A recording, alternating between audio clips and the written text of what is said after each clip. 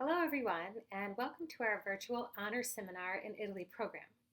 My name is Amy Sub, and I am the Assistant Director of the Office of International Services at GSU. I will be speaking today with you about Italian culture, language, and food.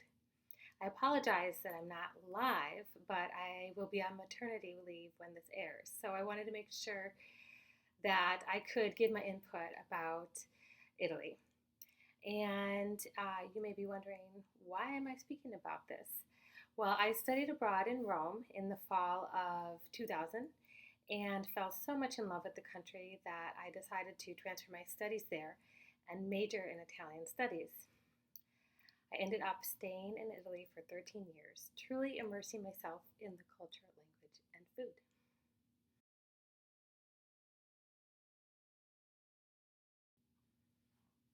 If there's one reason to love Italy, for me it would be for the beauty.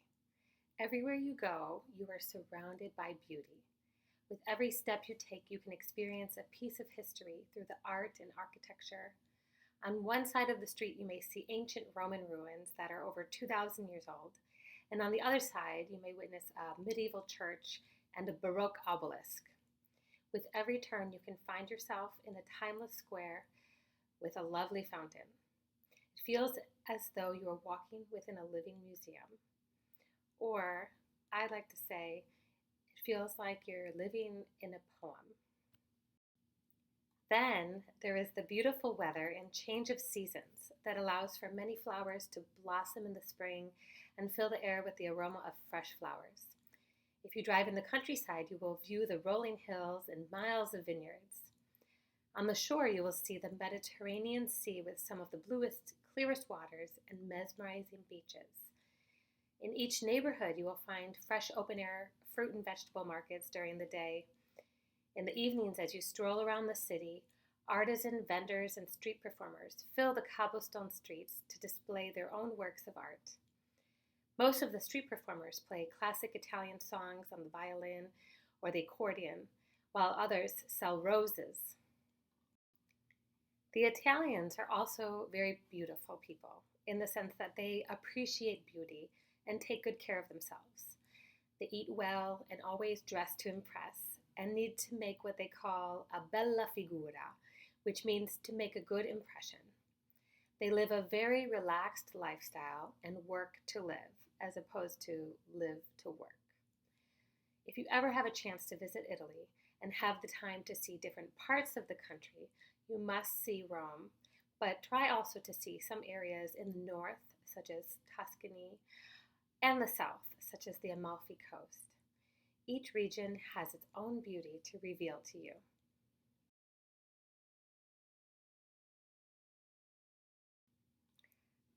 Okay, so we spoke a little about the laid back Italian lifestyle and the fact that Italians work to live, but not live to work. The Italians really take their time to enjoy the present moment, quality time with family and friends, and indulge in a good meal and a glass of wine. They try their best to live what they call la bella vita, or the beautiful life. In order to understand about the culture, it's important to know how the country functions and runs their everyday life. Each day, the stores close from 1 to 4 p.m., and workers go home to have a nice home cooked lunch and a nap before heading back to work. Practically every Italian strives to have a contratto indeterminato, which means a lifetime contract with a company. This way, it is a sense of security and is very difficult to be fired. One can view this as a way to keep life simple and secure so that you can enjoy life and not worry about ever being let go. Italians receive a lot of holiday and vacation time.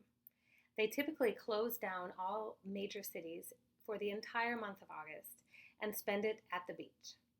Italians love the beach and will spend most of the day sun tanning, taking a dip in the sea, having lunch on the beach, and then maybe an aperitivo before sunset. They also get 6 to 18 months of maternity leave. Daycare facilities are not very prevalent as most families have grandparents watching the grandchildren. if the mother works. Universal health care is available for everybody, and doctors are not paid very much. However, Italians pay a lot of money in taxes. Their taxes also help cover the education system. University is practically free. When I attended the Italian university, I paid the maximum amount, which was around $500 for the first year. The second year, it went up to about $1,200. But as you know, compared to the US, it's extremely affordable.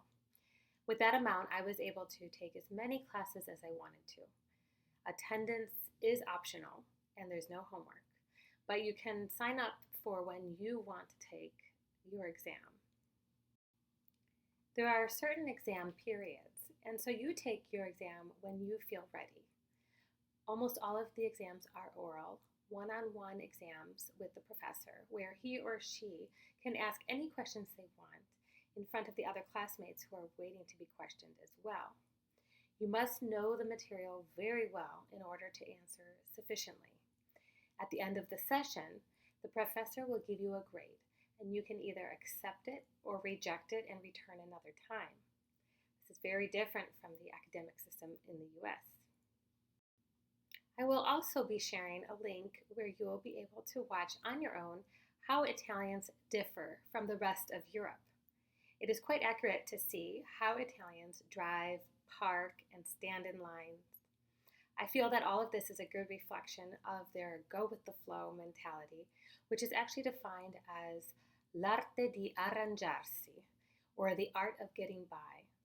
It centers around the notion that Italian people are particularly resourceful and make the most of every situation, regardless of how possible or impossible it may seem.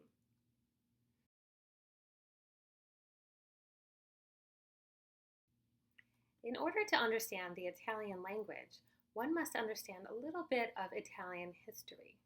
Did you know that the country of Italy is younger than the United States?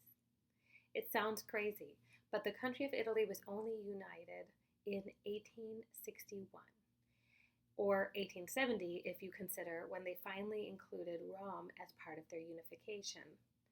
Prior to that, pieces of Italy's land was ruled by other European countries, such as Germany, France, and Spain. Back in the ancient Roman Empire, the official language was Latin, but after that, each town had developed its own dialect. Massimo d'Azeglio, one of Italy's politicians at the time, famously said, "Abbiamo fatto l'Italia, ora dobbiamo fare gli italiani," which translates to, "We made Italy, now we must make the Italians." They had to choose one dialect to be the national language for all to learn and communicate through. They decided to use Dante Alighieri's Divine Comedy as a reference. He is one of the most famous poets of the 1300s, and you may be familiar with Dante's Inferno, where he outlines the details of hell. Dante is known to be the first to write in Volgare, which means the spoken word, as opposed to Latin. His dialect comes from the region of Tuscany, and so that is the root of the Italian language that is spoken today. The official language has been shared throughout the years through media, taught in schools, and is the common language between Italians of different towns. And guess what? Each town still has its own dialect. They typically speak in their dialect at home among family and friends. However, people who speak in dialect from the north with those of the south may not be able to understand each other. That is how different the dialect can be. Throughout my time in Italy, I was able to learn Italian and Roman dialect and a little bit of Neapolitan dialect. Here is a little example of the difference between the official Italian language and Roman dialect. If you want to say, "What are you doing? Let's go eat," I would say, "Che cosa stai facendo? Andiamo a mangiare." But Romans would say, "Oh, che stai a fa? Andiamo a mangiare." It's quite a difference, isn't it? If you'd like to learn how to speak Italian, I must warn you that it does take a lot of time, commitment, and practice. However, if you plan to visit another country, it is always good to learn a few of the basic phrases such as hello, thank you, I would like, goodbye, etc. Here I will link a few videos that teach you some basic phrases in Italian as well as hand gestures. Italians love to use hand gestures, and they truly are a part of the language and have a lot of meaning. I hope you enjoy watching and learning.